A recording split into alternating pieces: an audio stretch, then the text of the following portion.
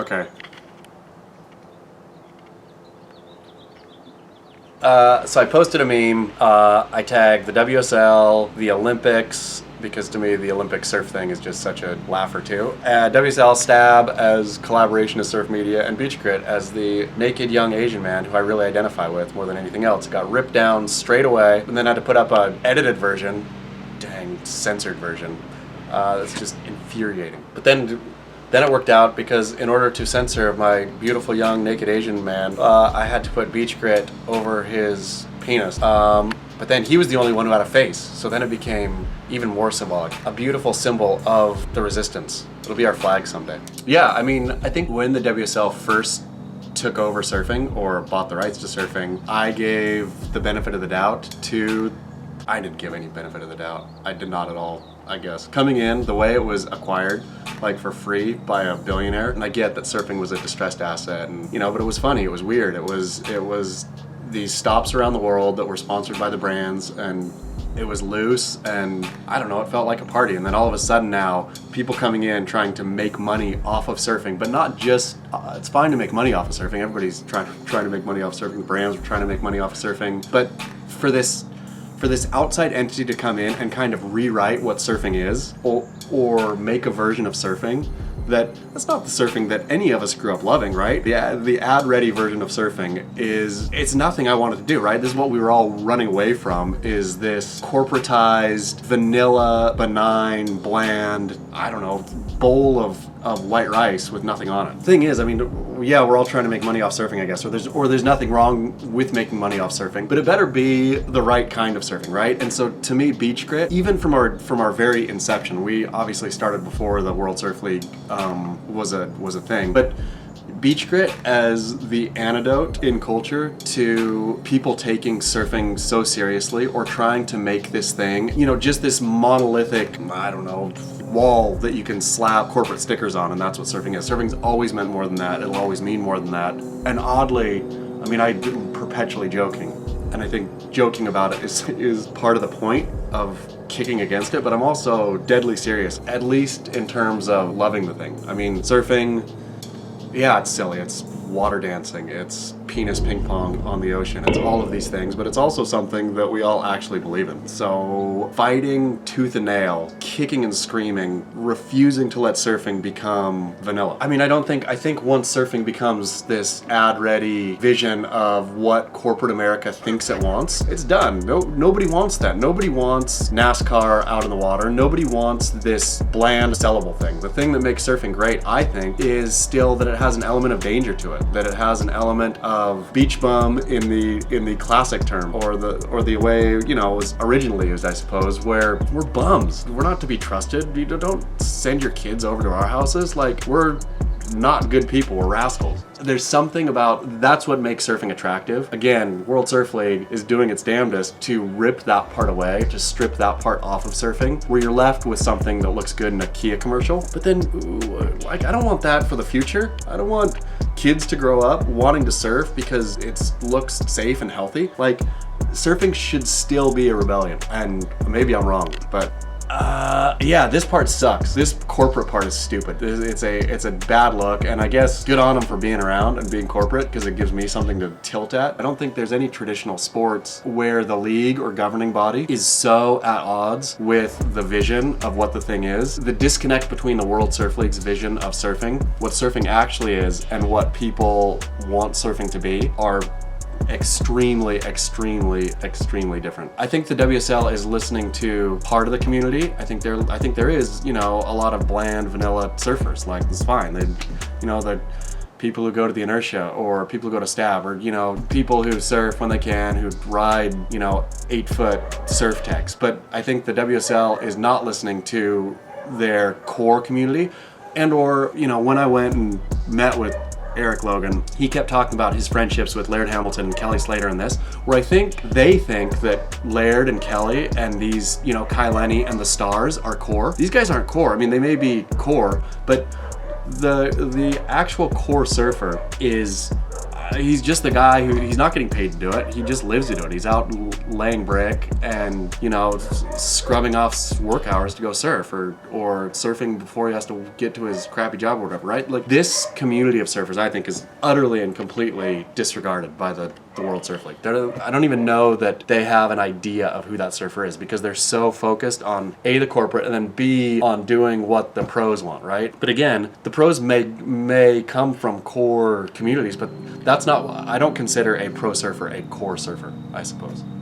I think a core surfer is just a person who, this is what they do. This is who they are. They surf. They're a surfer, right? And I don't think it's as cool to brand yourself a surfer anymore. Cool's dead anyway, right? I mean, the concept of cool, I think, has become something so bizarre, so it's whatever. But yeah, I think the core surfer is the person who just can't help it, who can't help but do this thing and do it religiously and read about it and consume it against every ounce of their better judgment and, you know, what's actually good for them. More and more censorship all around our world, right? From Chinese censors getting pissed at the NBA or something completely benign for, you know, just saying we stand with the Hong Kong protesters or something like that. And then boom, it, you know, is radically censored. From Facebook censoring wildly, from, you know, I don't know, it seems like we've tilted, in the West at least, to this, you know, a more totalitarian kind of just censorship. And I hate it. I hate censorship. I hate the idea of censorship. I hate it all. And it feels to me like, you know, the World Surf League and collaborationist surf media are all part of the same thing, right? Is they're trying to drive this thing that they think is going to make money, or they hope is going to make money. Free speech and freedom of expression is dangerous. And I think that's all getting clipped out as quick as they can. And so it made a meme to me that you know, is just funny and goofy, but also is a visual representation of that.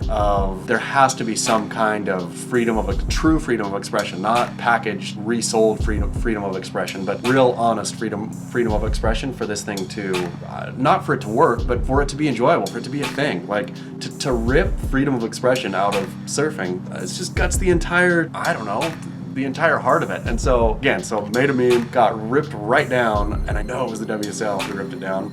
They have a partnership with Facebook, so it's all, you know, more or less the same, not the same entity, but, you know, I just think that WSL uses their relationship with Facebook to restrict free expression.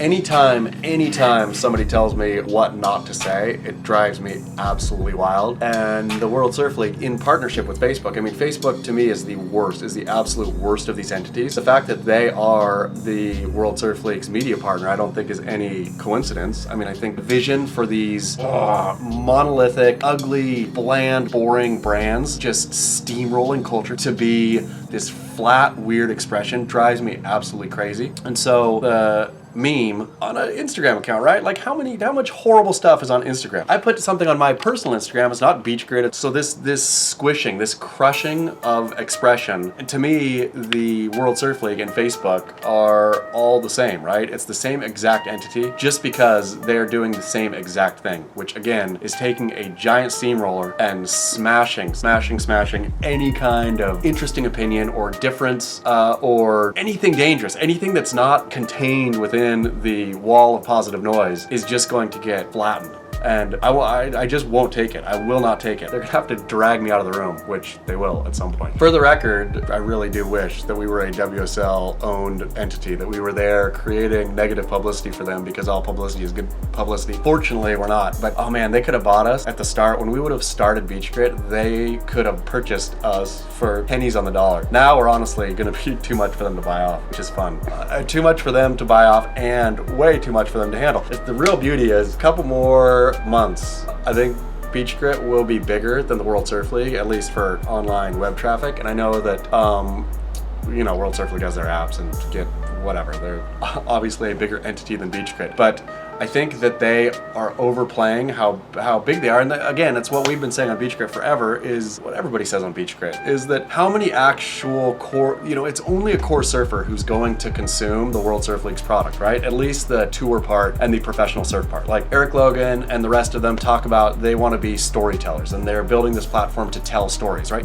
what are these ugly stories they're telling are awful. I don't know who in public likes these stories. They may think that this is successful, right? Or that they're having success. I have no idea who in their right mind would watch the WSL's content offerings right now and think it's good.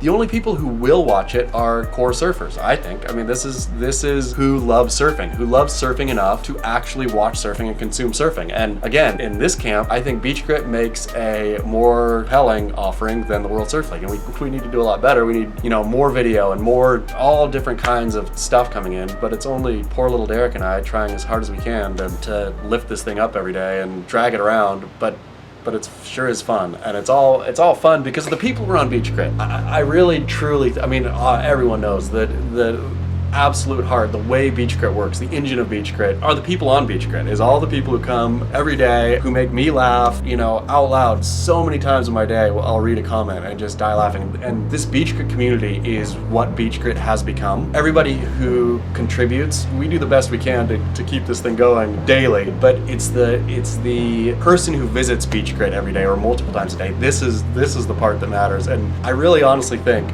right now, oddly, how good would it be to take down the WSL? It'd be really funny that this little janky surf website actually captured the zeitgeist of what people wanted better than the thing funded by a billionaire. How many times in this day and age can the people win? If we all get together, we can honestly have a moment where the people could actually take down a billionaire. That's fun. That sounds fun. I want to do that. And I don't know how actually we're going to do this. I don't know. Again, I don't have boardrooms filled with dapper suited wearing executives. It's Derek and I texting at night, making each other laugh more or less about what we're going to do next. But I have some ideas. Derek has some too about what we're going to do, how we're going to kind of ramp up. Just ramp up both the energy and turn up the temperature. So yeah, bear with us both. Bear with me, but stay with us.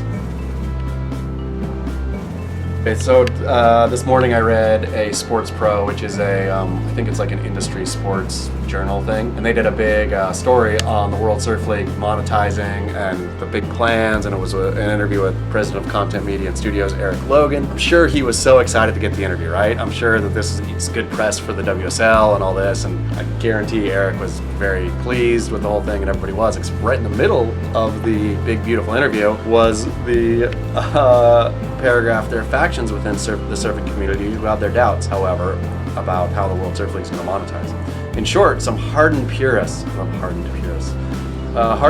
are not buying what the dapper suit-wearing execs of the WSL are selling. One writer for the satirical surf outlet Beach Grit recently described the tour's latest ventures in content as possessing a, quote, schmaltz problem, singling out a brilliant corner as a slickly produced yet syrupy travel series hosted by former European longboard champion Sam Bleakley as, quote, very nice, very pretty, and as obedient as a tame animal. So right in this big WSL Puff Piece article or interview, there's Beach Grit popping its head up, where the real truth is, I know in the high tower in Santa Monica they're sweating Beach Grit. I know they sweat it every single day. I assume they hope it goes away, except we're not going away. We haven't gone away. And again, maybe this is the difference between actually loving something and getting paid to do something, is Derek and I would be doing this if 4 people came and read it every day. I mean, this is just, we can't help doing this. They're sweating it already, and it's only going to get worse and worse and worse, and I would love an actual high-level fight where surfing's core and the corporate vision of surfing actually face off. It'd be real fun. Just think how fun it would be.